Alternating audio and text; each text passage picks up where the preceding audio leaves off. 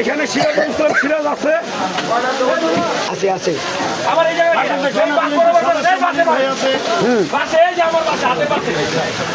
এখানে যত লোক আছে সবাই খন্দকার ইব্রাহিম খলিলের লোক।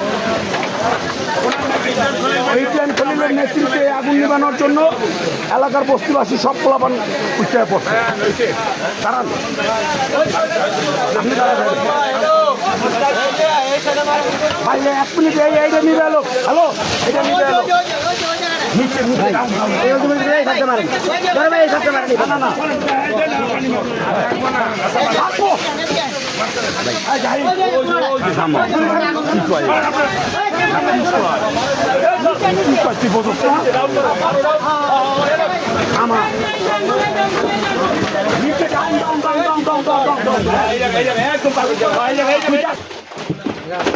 মূলত এই হচ্ছে একটি দোকান, তো এরকম আরও 4টি দোকান পুড়ে গেছে। আর আশেপাশে এই যে একটা ক্যাশ টেবিল, ঠিক আছে, আমি এর আগের বার আরেকবার দেখে গেছি, কিন্তু ক্যাশ টেবিলে একটা পয়সাও মানে কাগজের একটা টাকাও সে আনাম পায় নাই। মোটামুটি এখানে আনুমানিক 4-5 লক্ষ টাকা আসছিল, এটা তার দোকানদারের বক্তব্য আর কি। ঠিক আছে, এই যে পাশের দোকানগুলা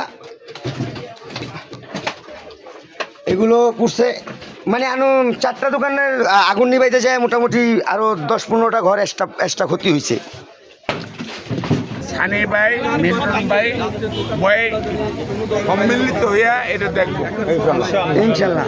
কি বলছি, 4টা দোকান ক্ষতিগ্রস্ত হয়েছে। হ্যাঁ, এটা আমাদের সানি ভাই, মিল্টন ভাই সমন্বয় কইরা এই ক্ষতিগ্রস্ত পরিবারে দেখশন করবো ইনশাআল্লাহ।